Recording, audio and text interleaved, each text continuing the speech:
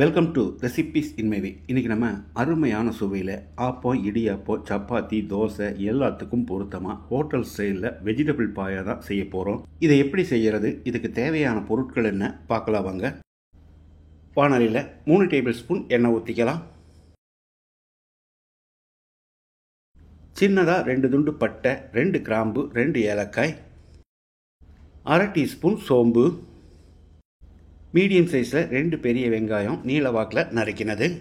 வெங்காயத்தை கண்ணாடி பதத்துக்கு வதக்கினா மட்டும் போதும். இந்த அளவுக்கு போதும். இதில் 3 பச்சை மிளகாய் நீல வாக்கில் நறுக்கினது, 1/2 கப் அளவுக்கு பொடியாக நறுக்கின கேரட், அதே அளவுக்கு பொடியாக நறுக்கின பீன்ஸ், ஒரு உருளைக்கிழங்கு பொடியாக நறுக்கினதையும் போட்டு பெரட்டி விட்டுறலாம்.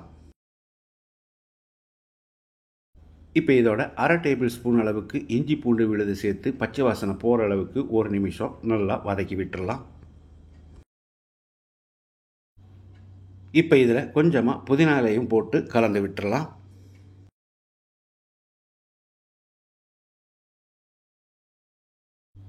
நம்ம சேர்த்துருக்கிற காய்கறிகள் வேகிறதுக்காக காய்கறியை முழுகிற அளவுக்கு தண்ணி ஊற்றி மூடி வச்சிடலாம். மூடி வச்சாலும் ஒரு 2 தரம் இடையில பெரட்டி விடணும். இது நல்லா வேகட்டும். மிக்ஸி ஜாரில் 1 கப் அளவுக்கு துருவின தேங்காய், ஒரு 15 முந்திரி, சின்னதாக 1 துண்டு பட்டை, 1 கிராம்பு, 1 ஏலக்காய். பட்டை பெருசாக சேர்த்துறாதீங்க, ரொம்பவே வாசம் அடிக்கும். 1 டீஸ்பூன் கசகசா, 3/4 கப் அளவுக்கு காய்ச்சி ஆற வச்ச பாலை ஊற்றி ரொம்ப நைஸாக அரைச்செடுக்கணும். எவ்வளவு நைஸாக அரைக்க முடியுமோ அந்த அளவுக்கு அரைச்சிக்கோங்க, அப்போ தான் டேஸ்ட் நல்லாயிருக்கும். இப்போ நம்ம வேக வச்சுருந்த காய்கறிகள் எல்லாமே நல்லா வெந்துருச்சு.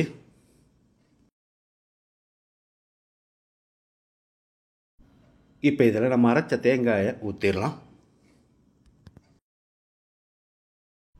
கூடவே மிக்ஸி ஜார் அலசி தேவையான அளவுக்கு தண்ணி ஊற்றிக்கலாம். 1 கப் அளவுக்கு சரியாக இருக்கும். இந்த ஸ்டேஜில் தான் நம்ம உப்பு சேர்க்கணும். நான் 2 டீஸ்பூன் உப்பு சேர்க்கிறேன், நீங்கள் பார்த்து போட்டுக்கோங்க.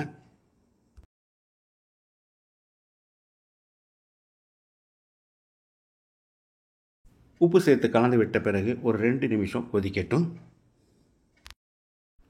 இந்த ஸ்டேஜில் ஒரு பெரிய தக்காளியை பொடியாக நறுக்கி போட்டுக்கலாம். நம்ம முதல்லையே போட்டிருந்தோம்னா பாயாவோட கலர் மாறிடும், அதனால் இந்த ஸ்டேஜில் நம்ம சேர்க்கிறோம். தக்காளி சேர்த்து கலந்து விட்ட பிறகு ஒரு 2 நிமிஷம் கொதிக்கட்டும். நம்மளோட வெஜிடபிள் பாயா கொதித்து வந்துடுச்சு. பொடியாக நறுக்கின மல்லி இலையை போட்டு கலந்து விட்டு இறக்கிடலாம். இந்த வெஜிடபிள் பாயாவோட டேஸ்ட்டுக்கு இனி 2 ஆப்பமோ இடியாப்பமோ சாப்பிட தோணும், அந்த அளவுக்கு இது டேஸ்ட்டாக இருக்கும். இதே மாதிரி இதே அளவுகளோடு நீங்கள் செய்து பாருங்கள். இந்த வீடியோ பிடிச்சிருந்தா லைக் பண்ணுங்கள், கமெண்ட் பண்ணுங்கள், ஷேர் பண்ணுங்கள். சப்ஸ்கிரைப் பண்ணாதவங்க சப்ஸ்கிரைப் பண்ணுங்கள். மறக்காமல் பெல் பட்டனை கிளிக் பண்ணுங்கள்.